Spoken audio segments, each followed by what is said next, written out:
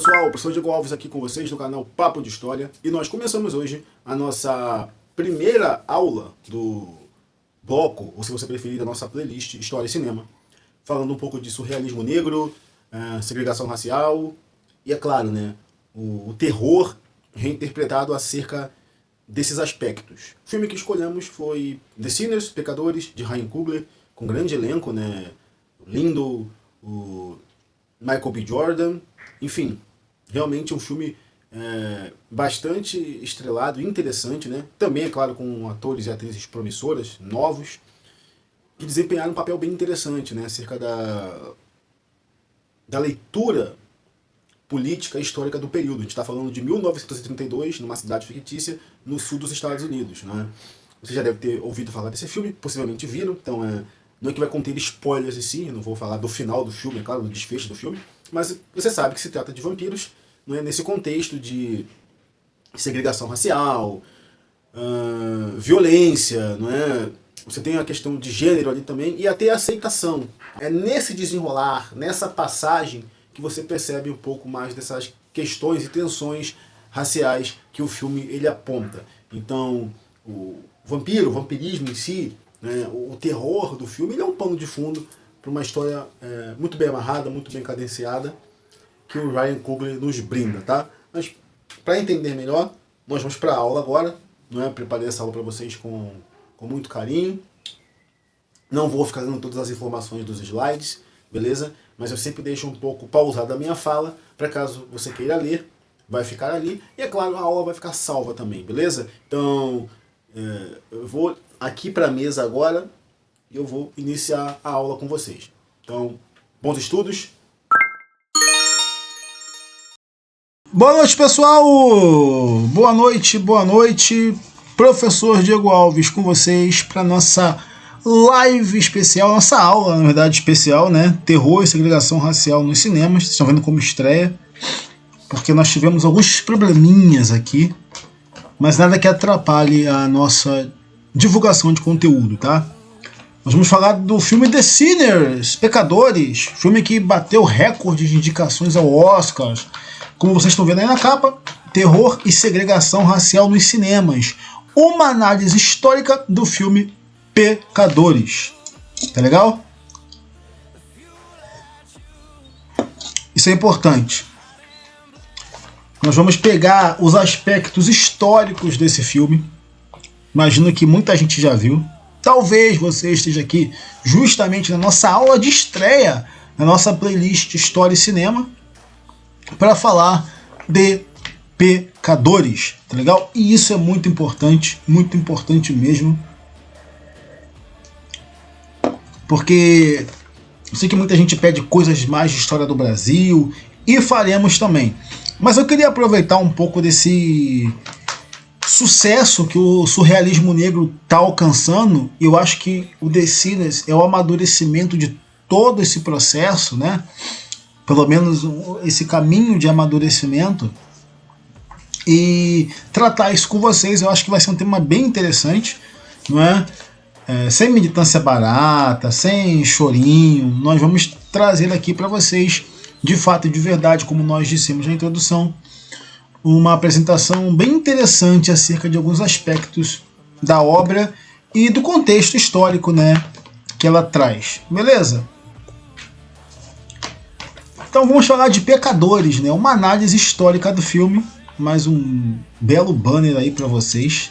Gostei muito da fotografia do filme. É óbvio que esse não é o assunto daqui, né? Sumário geral. Eu sempre faço um sumário geral para vocês, né?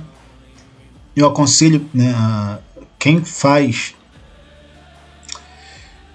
produção aqui na internet, até um sumário geral, acho importante ter, né, gente? Eu acho que ajuda a não se perder, embora às vezes eu fico sempre no chat, tá?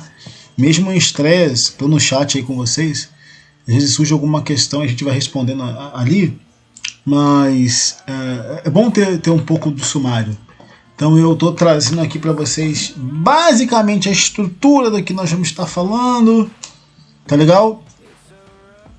Dentro da obra, então, a apresentação do filme, contexto histórico, Mississippi nos anos 1930, racismo estrutural e sociedade segregada, vampirismo como metáfora, ancestralidade e espiritualidade negra, família, memória e identidade, apropriação cultural, o blues como rito de passagem, simbolismo e surrealismo negro, a cena de juke joint, representatividade e mercado cinematográfico, em reflexão final, verdadeiro mal, além, é claro, de gravuras e estereótipos racistas, né? A gente vai falar um pouquinho das leis de Jim Crow, vamos falar um pouquinho sobre esse período, né, até os direitos civis que os americanos, os negros americanos viveram, a sociedade americana como um todo, né?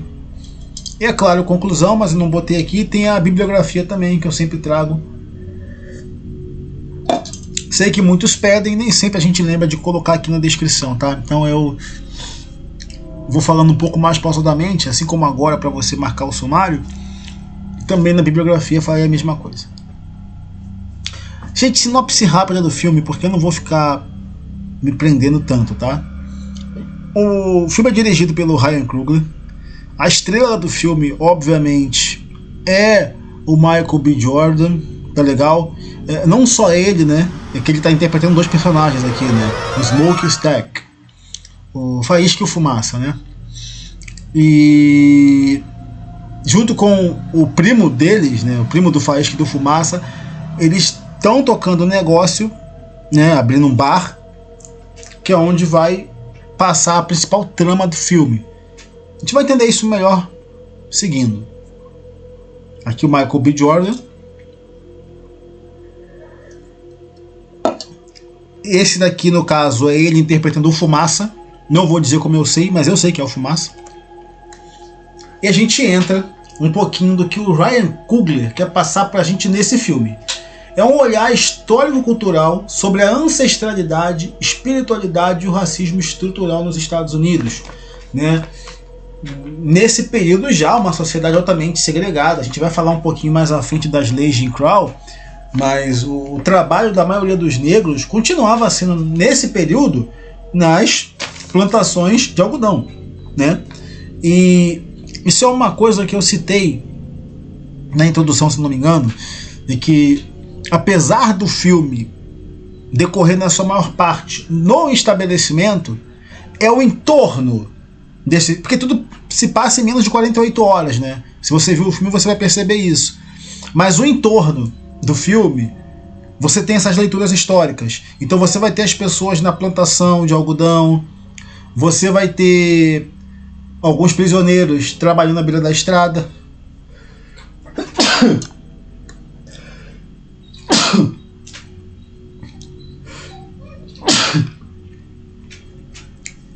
É resfriado, pessoal. Peço desculpas, mas como a gente brinca aqui no Rio, tô quase bom. Acho que eu espirrei aqui umas 4 vezes. Quer dizer que eu tô melhorando, então. Então, o contexto histórico-cultural, ele se apresenta muito no filme, no entorno. Principalmente quando eles vão recrutar, entre aspas, os personagens, como o Lyndon, né, que é o Slim, para trabalhar nesse estabelecimento. Essas relações que vão emergindo no filme, elas acabam mostrando uma estrutura social. Então você tem o trabalho dos negros, e aí quando chega uma parte da cidade, você tem o trabalho que tem os brancos, até os orientais, e nessa parte interessante, há um momento ali que você percebe em que uma rua é só de negros e do outro lado só trabalham pessoas brancas, tá? É claro, você tem um personagem oriental que transita entre os dois. Isso também é interessante, né? A posição do oriental aqui. Eu vou retomar isso mais à frente. Mas esse olhar histórico-cultural, nós percebemos nessas histórias de contexto, de quando eles vão sendo... Quando eles não, né? Na verdade, quando nós vamos sendo apresentados a esses outros personagens. Então você tem o Faísca e o Fumaça e o Pastorzinho, que é o primo deles, são esses três, não é, que estão tocando ali o negócio. Quando eles vão interagir com outros personagens e vão para determinados lugares, nós vemos essa estrutura social. O Fumaça, por exemplo, quando vai encontrar o que seria a ex-companheira dele, ela é uma mulher ligada à espiritualidade, né? Ela trabalha com amuletos, com rituais, com voodoo, né? Inclusive eles carregam, né, o que seriam patuais que ela preparou tanto para ele quanto para o irmão. Você tem um momento dessa questão da espiritualidade ali vindo à tona, né? Isso é interessante. Então não é apenas a questão econômica, mas há sim um toque de ancestralidade, espiritualidade dentro dessa estrutura.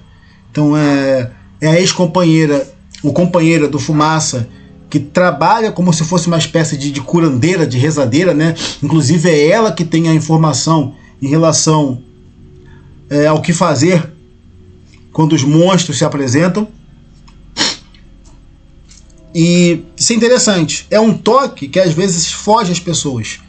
Então você tem uma estrutura social, e é claro, com aspectos de espiritualidade e dinâmicas, né, de trocas entre os negros, que é nos apresentada. Mas perceba como isso parece que fica meio à margem, né, como se estivesse um pouco solto, mas não está. Não está. Então o Ryan Coogler, ele vai montando a sua história a fim de que nós possamos aos poucos pincelar essas estruturas. Então o Ryan Coogler, ele faz o que, pessoal? Ele monta esse olhar e apresenta para nós, como se ele pegasse, olha, vejam o que eu estou mostrando para vocês. Essas estruturas, como eu falei, parecem estar à margem, mas não estão. Não são estruturas que estão à margem. E a ideia aqui é justamente mostrar esses aspectos. Não só a questão do trabalho, a questão da segregação, mas esses pontos como a questão da espiritualidade, essa evocação da ancestralidade também, aqueles flashbacks com as pessoas dançando, a própria introdução, não é? Falando das canções, o poder da canção que pode despertar e abrir inclusive portais. Isso está muito dentro da espiritualidade nativa, como africana também, né? Não apenas os ameríndios, vamos dizer assim, mas até os africanos escravizados trazidos para cá, e na sua ressignificação, eles vinham dessa forma. E aí eu tenho algumas obras para apresentar para vocês, por exemplo, do Slenes, né, que escreveu sobre o jongo, o tatu bola, não é? Eu venho de longe, eu venho cavando. É interessante, procurem Slenes jongo. É só botar Slenes jongo. Vai estar na bibliografia e eu vou estar indicando para vocês um pouco dessas estruturas que foi se criando. Assim como também na região carimbenha, grupos de escravizados mantinham em seus rituais essa questão não apenas dos amuletos, dos patuais, mas também da dança, né? O papel da dança como uma dança de evocação. Aqui a gente tem um olhar muito direcionado para o blues, embora não é só o blues. É claro que o blues representa muita coisa, né? Se eu estou conseguindo ser claro. Então veja, só nessas cenas que parecem muito rápidas, nós temos a questão do trabalho, da posição dessas pessoas que ainda continuam numa dinâmica quase que de escravidão, mas é claro, eles de alguma maneira, de forma a resistir, né, e provar o seu pertencimento dentro das suas comunidades, mantém as suas características da ancestralidade, da espiritualidade. Então, com o seu patuá, com as suas canções, as suas reuniões, e no final, o estabelecimento do Faísca e do Fumaça. A ideia é justamente essa: ser um espaço seguro para os trabalhadores e trabalhadoras negras virem depois de um dia de cansaço na lavoura. Tá legal? Então, o filme de vampiros de Ryan Coogler, ele explora o potencial simbólico do vampirismo, tá grifado, para contar uma história de exploração, segregação e, é claro, música negra do Mississippi nos anos 30. Então, acho que não é um spoiler, né? Vocês sabem que é um filme de terror, porra, pelo amor de Deus, né? Enfim. Mas o que está por trás dessa história, ou o que essa história quer trazer para nós, é justamente isso, tá, pessoal? uma questão de exploração, segregação e música, muita música, o poder simbólico da música no Mississippi. Então, mais uma vez, para vocês aqui, a história ela se passa na comunidade negra de Clarksdale, Mississippi, no decorrer do dia e da noite do dia 15 para o dia 16 de outubro de 32. Como eu falei, não chega a dar 48 horas, tá? Esse aqui da imagem, se vocês não sabem, é o Pastorzinho, tá? Então ele é um dos personagens principais. Ele é primo do Faísca e do Fumaça, né? Ele é o Sammy, chamado de Pastorzinho, porque o pai dele é um dirigente da igreja, ele toca lá de vez em quando, embora ele sempre foge para tocar em outros lugares, né? Mas porque o pai dele sempre o obriga a tocar na igreja, ele ganhou o apelido de Pastorzinho. Vocês vão ver isso no filme, ou possivelmente já viram, tá?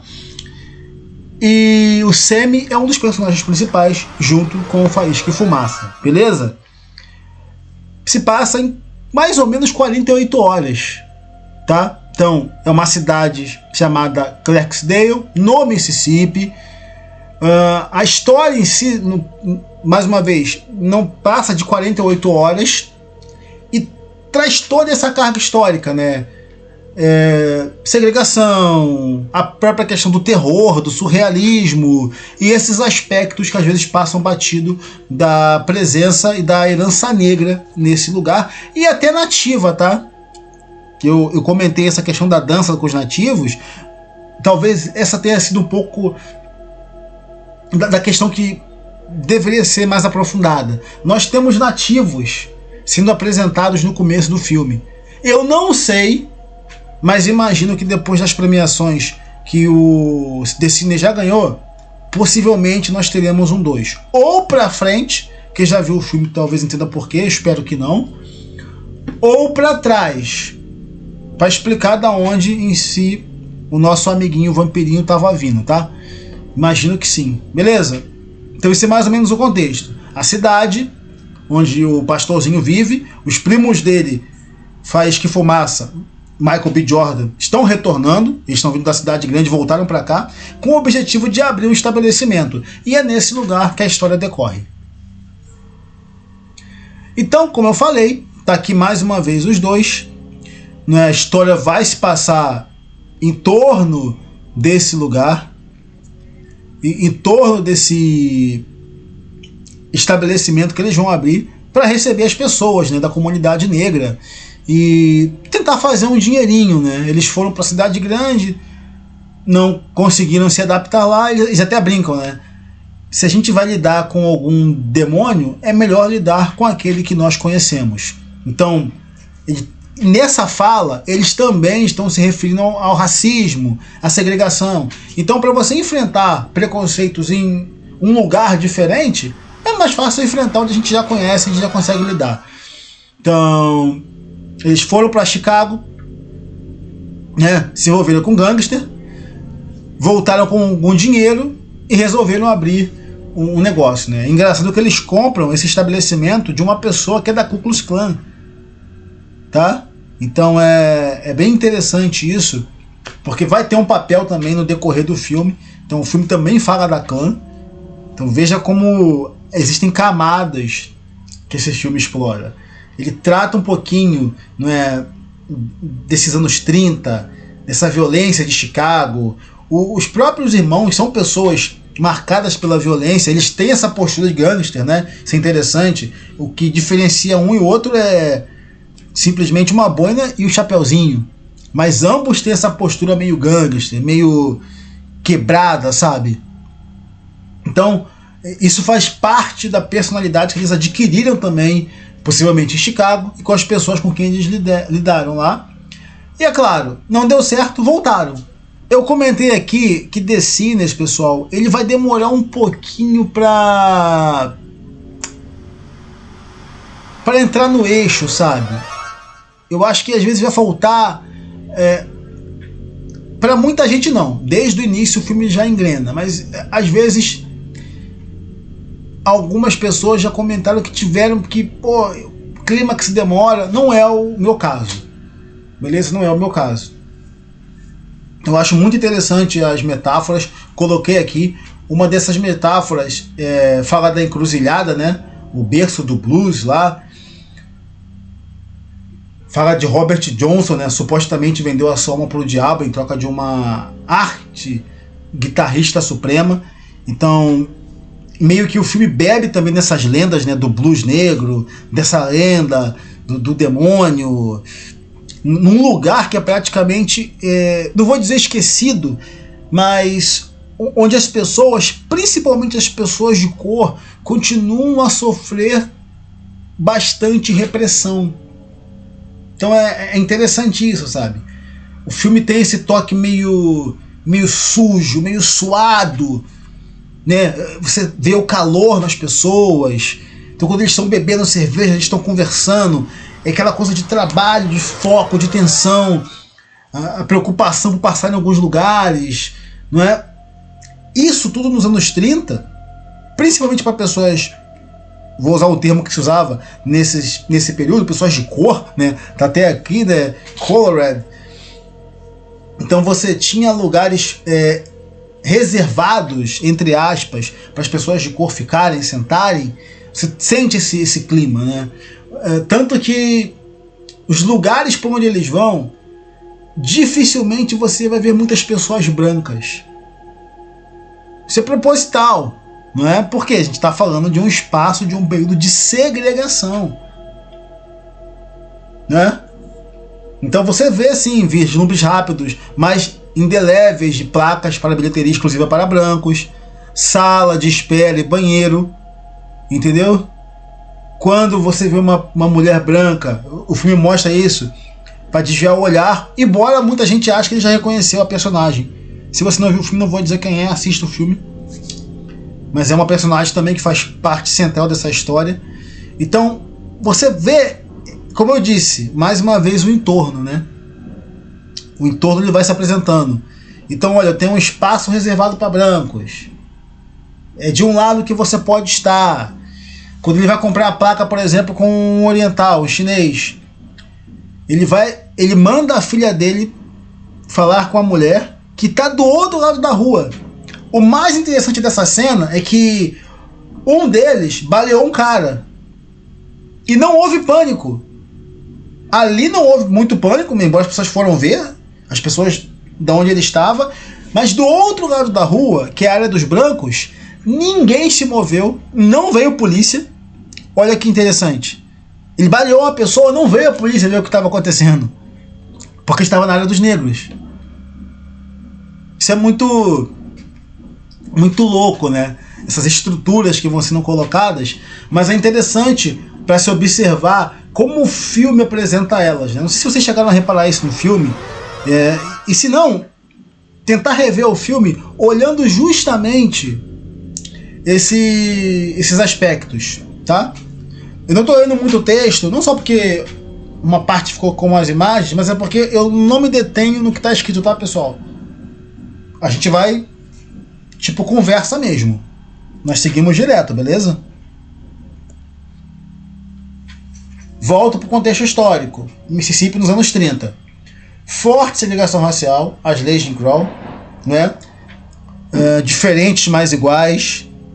Espaços reservados para brancos e para negros. E elas vão perdurar basicamente até os direitos civis, quando essas leis aqui vão ser derrubadas, tá? Dominância da clã, né? Esse filme fala da clã, a clã também tem uma participação no filme.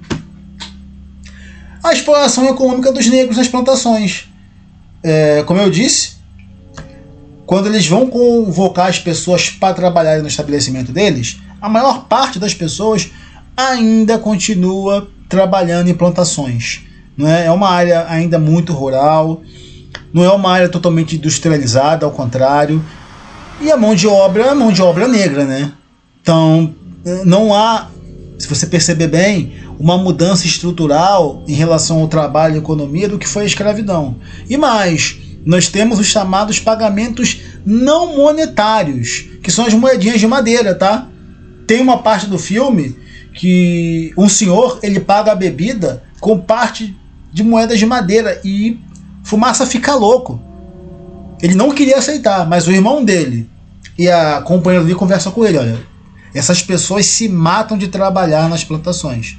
O que eles querem é chegar aqui, relaxar e tomar uma cervejinha bem gelada. Por que ele diz isso? Ele e ela, né, companheira do Fumaça. Porque eles sabem que ali existe um processo de exploração. O Fumaça e o irmão dele ficaram tanto tempo em Chicago, fugindo dessa realidade, que eles esqueceram que essas estruturas não mudaram. Eu não estou falando apenas dos espaços urbanos segregados. Eu estou falando realmente dessa exploração econômica. Então, esses pagamentos não monetários que deveriam ser usados dentro dos armazéns, das plantações, eram o que as pessoas recebiam como se fosse dinheiro comum. Então você imagina, alguém vai comprar comida com 3 moedinhas e 2 de madeira. É óbvio que não vão aceitar. Mas o cara não colocou as moedas de madeira como se... Dá até para ler aqui, né? Maybe Plantation. Est 1760, né? 68. Isso aqui é do filme, tá? Isso aqui é do próprio filme. Então, é óbvio que outros lugares não iriam aceitar. Mas como aquele ambiente que eles estavam propondo era um ambiente acolhedor para a população negra, para a comunidade negra, o senhor, ele pagou. E é um senhor de idade, né? Ele entregou o pagamento não monetário para poder comprar a cerveja. As pessoas estão reféns disso também. Então, espaço, isso existiu, tá? Não é ficção, não. Depois pesquisem aí pagamentos não monetários. Isso faz parte, é claro, da exploração econômica. Não é o eu te pago depois. Vou fazer o seguinte, eu vou te dar aqui um pagamento não monetário, como se fosse uma espécie de crédito, né? Que eles sabiam que não poderia ser resgatado depois, tá? É óbvio que não seria resgatado depois. Pagamentos não monetários nas plantações da Louisiana, tá? Tô trazendo aqui agora um exemplo. 1865, 1908. Então, após a Guerra Civil Americana, o sul dos Estados Unidos sofreu enormes transformações econômicas e sociais. A abolição da escravidão gerou uma necessidade de reorganizar o trabalho agrícola, sobretudo nas plantações de algodão, que eram a base da economia sulista. O filme mostra isso. Mas, ao invés de transitar para formas modernas de economia assalariada, consolidaram-se 2 práticas não monetárias: a parceria agrícola, sharecropping, e o uso de dinheiro simbólico, scrip, resgatável apenas nas lojas das plantações. Essas práticas deram suporte à visão do Sul como uma região pré-moderna, economicamente atrasada e socialmente conservadora. Então olha que interessante, você tem alguns pontos aqui que mantém essa questão da exploração desses trabalhadores. Como a região do Sul mantinha essa base muito agrícola e a mão de obra mais barata, obviamente, ainda eram as pessoas negras, as pessoas pretas, e agora pós a abolição, quem daria emprego para elas? Né? Aonde que essas pessoas trabalhariam? Então, elas não migraram, assim como não houve uma transição de formas modernas de economia assalariada. Então você mantinha essa tal parceria agrícola e o uso do dinheiro simbólico. Por isso que quando no filme o senhor vai pagar a cerveja com aquela moeda, ele não estava na plantação. E o Fumaça fica revoltado. Só que aí ele é chamado para o canto e o Faísca diz: não, você pode, nós aceitamos sim. Tá aqui é só cerveja. Por quê? É óbvio que aquelas pessoas não iam receber, gente, mais nenhum tipo de dinheiro. É óbvio que não haveria um outro espaço para aceitar aquilo. Né? Ainda assim, pô, você precisa comer. E é óbvio que eles de alguma maneira tentariam, né, passar para frente esse dinheiro simbólico, né? Pagamentos não monetários. Pesquisem também, eu acho que está mais em inglês. Nós temos algumas coisas sobre esses pagamentos não monetários nas plantações da Louisiana, tá? Eu acho que é um dos exemplos mais claros e interessantes que a gente tem sobre esse tema e vale a pena dar uma pesquisada, tá? a visão tradicional do Sul, pré-modernidade e reescravização, tá? Então, a gente, repito, espaços urbanos segregados, exploração, base agrícola, mão de obra ainda negra, mas agora pós-liberta, e as estruturas ainda mantidas, né? Não houve uma transição de fato, nem econômica, nem de ascensão social para os trabalhadores. Então, o conceito que define o Sul como dependente da monocultura do algodão, com baixa diversificação e resistência à mecanização. Ou seja, você continua investindo no plantation, né? Nas grandes plantações. Isso é um problema, é claro, né? O Sul sofreu muito com isso, essa visão sulista, né? E é claro, gera preconceitos até hoje para o pessoal do Sul, né? Pelo menos para algumas regiões do Sul. E é mais... Como é que eu vou dizer? É interessante também, caso vocês queiram aprofundar, a nossa tarefa aqui, a ideia é essa, que talvez despertem alguns de vocês que já gravam conteúdo, fazerem algum tipo de conteúdo sobre esse tema, né? Sobre esse aspecto. Dei mole, não estou com um livro aqui, mas tem um livro muito interessante do professor Horner chamado Sul Mais Distante, que fala da interlocução entre donos de escravos dos Estados Unidos com donos de escravos no Brasil, para trocas, né? E talvez eu grave um conteúdo sobre esse livro também, como complemento a essa aula aqui, beleza? Mas vamos ver como é que vocês vão reagir a essa aula e conforme for eu gravo conteúdo extra. Reescravização. Após a abolição, muitos estudiosos afirmam que essas práticas mantiveram os ex-escravizados em um estado de dependência semelhante à escravidão. A gente já falou da exploração aqui, e como a base econômica não mudou, é óbvio que a dependência se manteve, né? Argumentos principais: economia baseada em escambo e dinheiro não conversível, dependência dos meieiros, né, parceiros em relação aos proprietários, e a impossibilidade de mobilidade social e financeira. Então esses são alguns pilares, né? A economia baseada em escambo e dinheiro não conversível, dinheiro não monetário, né? Madeira. Dependência dos meieiros, parceiros em relação aos proprietários. A gente já falou lá também de uma das maneiras de parcerias, entre aspas. E a impossibilidade de mobilidade social e financeira. Não há ascensão. Não há ascensão, né? É interessante que um dos poucos negócios, se não o único, que de fato você vai ver tocado realmente por negros, assim, embora a gente não sabe quem era o dono do bar em que o Slim tocava, mas vai ser o do Faísca e do Fumaça, né? São dois irmãos negros, a esposa dele também, tocando aquilo ali, né? Os orientais também estão ali, tem um casal de orientais que participam, né? Eles migram. Falei sobre isso, né? O marido está do lado da rua onde ficam os negros e a esposa e a filha onde ficam os brancos, né? Eles estão transitando entre esses dois mundos, esses personagens. É interessante observar isso. Nós temos uma menina que seria uma parda e ela sente também esse peso de não ser muitas vezes reconhecida como negra. Há uma cena que ela vai entrar no clube. E aí o rapaz meio que, senhora, esse aqui não é um lugar pra você. E ele olha de novo e reconhece ela. Aí dá um abraço e brinca, né? Pô, você não tá me reconhecendo? Ah, pequena não sei o quê. Pequena Jenny, ela sou eu. E ele deixa ela entrar. Porque à primeira vista, ele achou que era uma mulher branca. Ah, qual é o problema? Mais à frente, quando eles têm um contato com os vampiros, que são 3 pessoas brancas, dá um contexto para isso também, eles não deixam eles entrarem. Eles dão uma desculpa, é claro, prevendo o quê? Que aquilo poderia ser uma armadilha.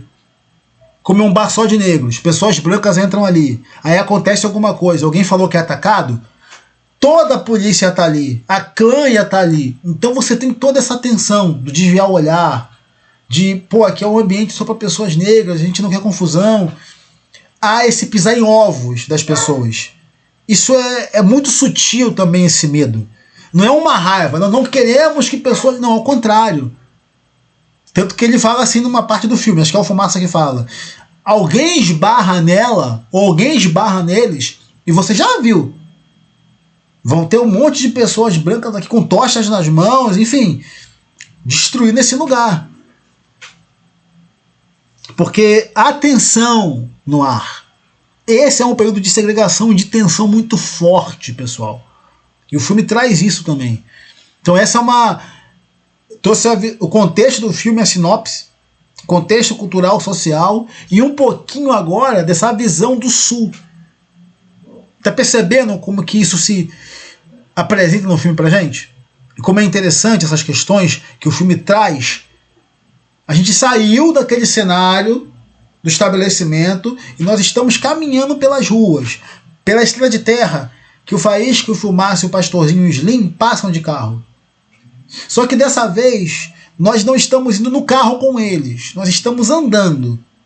Estamos vendo os trabalhadores agora.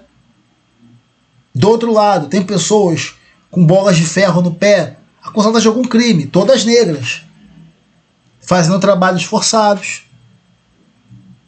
Nós vimos agora um pouco na estação de trem algumas placas indicando lugares para brancos e para negros. Percebe? Nós estamos caminhando nessa estrada de terra que corta o filme também. Esse é o olhar que nós nessa apresentação queremos trazer para vocês. Mais uma foto de uma plantação de algodão no Mississippi, tá? Isso fica claro também nessa... Há uma imagem dessa no filme, né? Mais uma vez, repito, a fotografia do filme é muito linda, muito bonita mesmo. E é o contexto do Sul. As leis de Jim Crow, já falei um pouquinho sobre elas no retorno. Legalizaram a separação racial, os separados mais iguais, e obviamente que na prática nunca iguais, né? Negros sempre no último lugar do ônibus. Vocês sabiam disso, né? O lugar dos negros era no último lugar dos ônibus, tá? Sempre lá atrás. Os negros não podiam sentar na frente. Bebedouros separados, banheiros separados. Nós já vimos vários filmes sobre isso, não é? Então, eu tenho certeza que você em algum momento já viu um filme com essa temática. A institucionalização do racismo após a escravidão. E é o que as leis de Jim Crow fazem. Horário para os negros estarem na rua. Muitas pessoas nesse período foram linchadas porque estavam na rua após do horário. Estabelecimentos mais à frente para onde os negros podiam... onde os negros... era permitido que pessoas negras passassem a noite. Isso vai ter impactos na educação, transporte, trabalho e moradia, né? É o apanhado que eu estou fazendo com vocês. Um filme que trata sobre isso é o Green Book. O Green Book, o Manual do Homem Negro, realmente existiu, esse livrinho verde, que mostra lugares seguros para que pessoas negras viajando pelo sul dos Estados Unidos pudessem passar a noite. Então foi criado o Guia do Viajante Negro. Ele era atualizado a cada temporada. Então foi mapeado lugares seguros. A comunidade negra que criou esses lugares, geralmente, né, a gente chamaria de pulgueiros, né, porque obviamente eram os piores lugares, que eram os que sobravam, mas eram locais seguros, onde as pessoas de cor, como eles chamavam, poderiam passar a noite. Então criou-se o Green Book, e tem um filme chamado Green Book também, que vale muito a pena vocês pesquisarem. Então, negros e brancos só poderiam estudar juntos depois de muito tempo. Então é por isso que eu coloquei aqui esse impacto na educação. Falei do transporte, trabalho também, e é óbvio a moradia, tá, pessoal? Sempre em lugares distantes. Isso é interessante porque às vezes você tinha que acordar muito mais cedo para trabalhar, para poder caminhar até o seu trabalho, que você não morava perto, né? Geralmente as pessoas negras moravam em lugares mais afastados, que era onde se permitia morar ou tinha uma moradia mais barata. Então tudo isso impactava dentro da comunidade. E isso gira em torno das chamadas leis de Jim Crow, mas não apenas elas, tá? É importante frisar isso também. Tudo bem? Alguma questão? Estou muito rápido? É só pegar o botãozinho e diminuir. Vampiros como metáfora representa a sociedade branca que consome cultura negra, mas não apenas. Sugam memórias, identidade e ancestralidade. Transformam e distorcem a cultura absorvida. Isso é um pouco do que o filme tenta passar também, tá, pessoal? E aqui não é um discurso militante, né, do tipo vocês sabem que não é essa questão. Mas o Slim até brinca, né? Eles gostam muito da música negra, só não gostam de quem a criou. Então as pessoas gostam de ouvir blues, gostam de ouvir jazz, mas não querem conviver ou ter perto de si a população negra. Isso já acontecia, tá? Isso é um fato mesmo. Então há essa crítica também à sociedade branca a favor da segregação, mas há um aspecto religioso também por trás, né? Então a gente está falando de cultura negra, mas extrapola, tá? O filme extrapola. Você pode pegar outras culturas também em que são consumidas, ressignificadas, e de alguma maneira a sua população, né, aqueles que produziram essa cultura, são descartados ou de alguma maneira diminuídos. Então eu absorvo a cultura, mas eu distorço, transformo e diminuo aqueles que a criaram, né? Estou apenas consumindo isso aqui e descartando todo o resto, toda a representatividade que ela traz. Essa é uma discussão que o filme levanta pra gente também. É interessante pensar nisso. Então, o filme é direcionado para uma questão, mas aqui com vocês eu amplio ela. Vocês estão percebendo? A apropriação cultural. Cultura negra é explorada comercialmente. Música, arte, linguajar ganham espaço na mídia sem reconhecer suas origens. O filme denuncia o que eles chamam de roubo simbólico, e é muito do Slim falando sobre isso, né? É o ator, o Lindell, que interpreta o Slim, já um senhor de idade. Ele é o cara que toca ali, né, a guitarra, o violãozinho dele. E ele seria essa voz da experiência, né? A visão do homem negro maduro, que já enfrentou todas essas coisas. Então ele dá um exemplo disso, de quando eles foram presos, e aí um policial levou eles e um amigo dele que foi preso com ele para tocar em um lugar. Ele, uma casa cheia de brancos, batemos palmas, assoviamos, dançando, passamos o chapéu, ganhamos um bom dinheiro e fomos embora. Só que esse amigo dele, ele conta que ele deu mole de contar dinheiro na rua. E aí alguém viu, disse que aquilo era roubo, o cara foi acusado de roubo e de assédio, e o cara foi linchado e capado. Então o Slim, ele fala um pouco sobre isso também, essa questão do simbolismo, da produção negra, e de como essa produção ela é explorada, ela é tratada, enquanto a população em si é massacrada, né? Repito, eles gostam da música negra, só não gostam de quem a criou. Palavras do próprio Slim. Espiritualidade negra, já falei sobre isso, né? Aqui eu estou retomando com vocês. Então, a espiritualidade negra e a resistência. Tradições africanas e cristianismo se misturam. Religião como lugar de força e sobrevivência. Magia, ancestralidade e papel da oração. A gente vê tudo isso, né? Então você tem a questão do cristianismo com o pastorzinho, com o pai dele. Ao mesmo tempo que a companheira do Fumaça, ela trabalha com patuás, com rezas, não é? O que a gente chamaria ali de mandingas, né? Usando uma palavra africana mesmo. Então, tudo isso o filme traz pra gente, né? Essas danças religiosas, essas encruzilhadas religiosas que vão se apresentando, e isso é muito interessante. Há uma cena final do Pai Nosso que vale a pena vocês assistirem, junto com o pastorzinho e o vampiro, interessantíssimo. Que é uma crítica à visão religiosa também, tá? O Coogler não poupa ninguém, isso é muito importante. Não poupa ninguém. Então essa questão da espiritualidade negra e da resistência está muito no filme também, e vocês vão poder ver depois. Memória, família, memória e identidade. O retorno dos irmãos é também o retorno às origens. Conflitos familiares e redenção pessoal. Recuperar a memória é um ato de resistência. Falei desse retorno deles no início, então é a parte que eu retomo agora, né? Eles saíram de Clarksdale, foram para Chicago, fizeram dinheiro lá, mas perceberam que eles não conseguiriam lidar com algumas questões ali. Então é mais fácil você lidar com as estruturas de segregação, ou enfim, de violência, em que você já está acostumado, do que numa cidade grande como Chicago.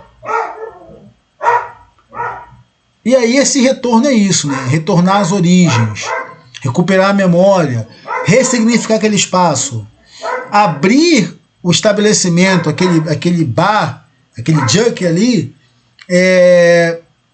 não apenas trazer à memória a comunidade negra, da festividade, da alegria, apesar das lutas, mas também um ato de resistência. É você ressignificar todo aquele espaço. Então eles compram um galpão que era usado pela clã para espancar pessoas negras, obviamente, para matar pessoas. Então aquele galpão ali, que era um lugar de tortura, de extermínio, ele vira um espaço de resistência e, é óbvio, ocupação de toda a comunidade negra. Então esse retorno deles tem esse peso também, não é apenas voltar às origens, né? Os conflitos familiares, essa cena do Fumaça com a ex-companheira, a perda da filhinha deles, a redenção pessoal, tentar reescrever a história e quebrar aquele ciclo de violência que eles tiveram na família deles, mas construir novos espaços de memória e resistência junto à comunidade. Isso é fundamental. A importância do blues, né? Blues como expressão de dor, esperança e espiritualidade. O blues tem esse peso na sociedade negra americana. Ele surge no sul dos Estados Unidos com ex-escravizados, tá? E no filme, a música ela vira um rito de passagem, né? A introdução do filme fala isso, que existem canções tão poderosas, eu já falei aqui, que elas rompem o tempo e o espaço e podem abrir portais. Então cheguei a falar isso com vocês, e é importante ter isso em mente também, como a questão da música no filme não é importante. O filme tem uma escolha musical, para mim, perfeita, sabe? A trilha sonora do filme é realmente impecável, né? Então, o blues é honrado nesse filme. O blues de fato e de verdade. E quando o Pastorzinho toca as canções dele, e há um mistério aqui para quem não viu o filme em relação ao Pastorzinho e esse talento que ele tem, você realmente entende toda a expressão e a gama de poder que o blues tem dentro dessa comunidade, dentro da cultura negra americana, sulista principalmente, e como ele é um símbolo daquela sociedade, né? Então essa importância que o blues tem dentro da comunidade é óbvio do filme, tá? Tudo bem? O Juke and Joint, que é um bar, né? Na verdade, é um espaço de celebração, dor e espiritualidade. Comunidade negra encontra ali um abrigo cultural, cena icônica que simboliza resistência e vida. Então o Juke Joint, que é esse bar, esse espaço da comunidade, como eu coloquei, é isso, é um espaço de celebração. Então o Fumaça e o Faísca, quando retornam e abrem esse estabelecimento, eles estão ressignificando aquele lugar. Aquele lugar vira um espaço de ressignificação cultural e ocupação da comunidade negra. Seria um abrigo cultural. Por isso, essa cena das pessoas, de vampiros em si, que são pessoas brancas, causa um pouco de tensão entre eles, né? O que aquelas pessoas querem ali? Será que elas foram ali justamente para arrumar a confusão, para trazer a clã ali e botar aquilo abaixo? Então, aquele espaço é um espaço totalmente carregado de significado. No filme, principalmente, porque é onde vai se desenrolar toda a história, tá? Mas para a comunidade ele vira um espaço de celebração. Tanto por isso também, como eu falei, que tem uma cena no bar que o senhorzinho ele paga com moedas de madeira. Porque como aquilo ali é um espaço da comunidade negra, ele entende que o pagamento não monetário ali também vai ser aceito. Então ele entende que aquele lugar é um lugar onde os negros podem usar o que eles têm para poder interagir, comercializar, não é? formar um espaço de convívio de fato e de verdade, certo? Simbolismo e surrealismo negro, o mal como parte do sistema, metáforas visuais potentes, sangue, espelho, luz, elementos oníricos que narram a história de um povo, né? Então é a música, o trabalho na plantação, a filmagem e a imagem que o filme traz dos cenários, sabe? Todo o contexto histórico da clã, do espaço que é no Duke Joint, tudo isso forma esse simbolismo, esse surrealismo negro, tá? São elementos que vão sendo colocados para nos colocar na história, como eu estou mostrando para vocês. A estrada, né, que corta aquela plantação, parece que não tem mais nada ali. Tirando a estação, o que a gente mais vê no filme e o Duke Joint é a estrada e a plantação. É só aquela longa estrada de terra abatida e a plantação de algodão. A comunidade, ela está presa naquilo. Então você tem uma comunidade negra que está presa a uma plantação de algodão, a uma vida de exploração, e não há nenhum escape ali. Quando o Faísca e o Fumaça abrem o estabelecimento, eles têm um outro lugar para poder descarregar, né, o cansaço, todas essas dores, lutas e suas esperanças também sendo colocadas ali. Então nós somos apresentados a esses elementos que ajudam a narrar a história daquela comunidade negra do sul dos Estados Unidos, tá? Que era a realidade da maior parte da população negra, obviamente, ainda mais nos anos 30, como eu disse, no auge das leis de Jim Crow, né, de segregação racial. Aqui é um pouquinho do Ryan Coogler, né? Eu gosto de trazer esses elementos do diretor, que teve esse espaço para trabalhar com a Warner, né? Que é interessante, é um acordo histórico, abre espaço para novas narrativas negras em Hollywood e traz essa representatividade e protagonismo. Por isso que eu falei que com The Sinners, Pecadores, o surrealismo negro, ele ganha essa maturidade. Você percebe que o Nós, o Corra, não é? São filmes que Infiltrado na Clã trazem uma crítica social importante, mas eu acho que com Pecadores nós temos tantos elementos, tantas metáforas, não é, num só filme, e lembrem-se, para grande questão do fato, é um filme de terror, não é? É um filme de terror que ele está alguns degraus acima, perdão. E talvez por isso, né, esse recorde de indicações ao Oscar, né? São 16 indicações, se tá o plural, né, bom. 16 indicações. Quer dizer que vai ganhar 16? Não, mas é a história que é a indicação. Nunca houve tantas indicações para um único filme. E com certeza eu imagino que nós teremos a parte 2. Como eu disse no início da aula, não sei se retroagindo ou avançando, mas com certeza teremos uma parte 2 desse filme. Tá? Então essa posição do Ryan Coogler com o Warner, o que isso abre para novos diretores, as premiações que o filme ganhou, com certeza nós teremos mais produções nessa linha futuramente, o que é muito bom, né, pessoal? O que realmente é perigoso para a gente dar segmento, para a gente encerrar já a nossa apresentação, né? O mal é simplesmente fora, estruturas raciais continuam operando, a sociedade que ama a cultura negra, mas odeia seus criadores. Essa é a jogada do filme, né?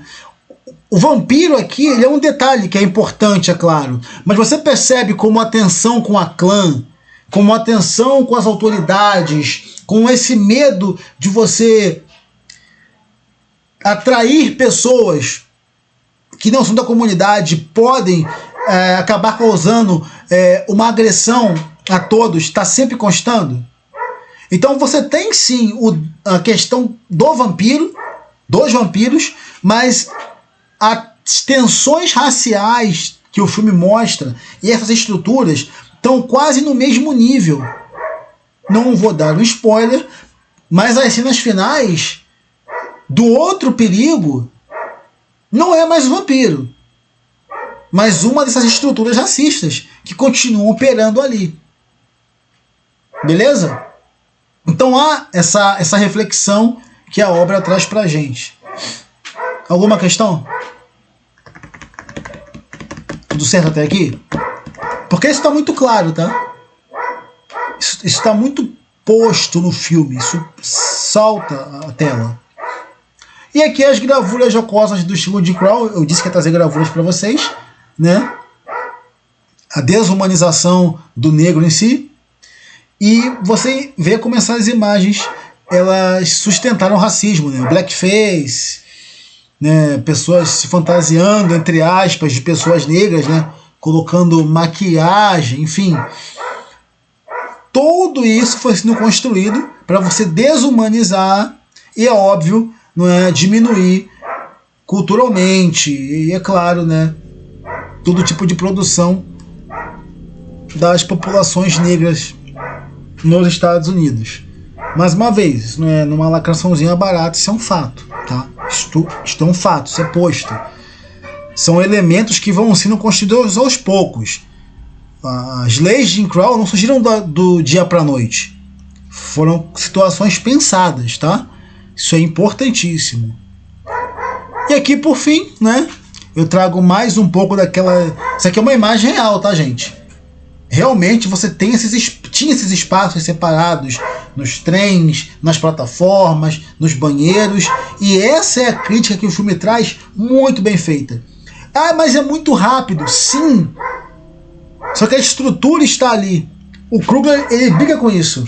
Ele coloca você nessa realidade e faz com que você, às vezes, desvie o olhar e não perceba toda essa tensão que está em volta. Por isso a questão do vampiro, do vampirismo ali, ele é um ponto, né? Quando você se atenta para essas tensões, para esse contexto histórico, você percebe que o drama e o perigo eminente, ele é outro. Tá? Ele está em outro nível nessa obra. Tudo bem? Por fim, Pecadores não é apenas um filme de terror, é uma aula sobre memória, cultura, resistência e identidade. E aqui algumas questões, né? Como a história pode ser contada através do cinema? O que aprendemos com a dor e o grito dos blues, né? E é claro, poderiam surgir outras aqui, mas são algumas questões que eu gostaria que vocês depois, com o tempo, colocassem aqui embaixo também, seria importante para estarmos discutindo aqui no nosso canal, tá beleza? Então, não é apenas um filme de terror, já ficou claro isso para vocês, né? Acho que todo o contexto histórico que foi mostrado aqui deixa claro que o terror nesse filme de surrealismo negro, ele é um aspecto.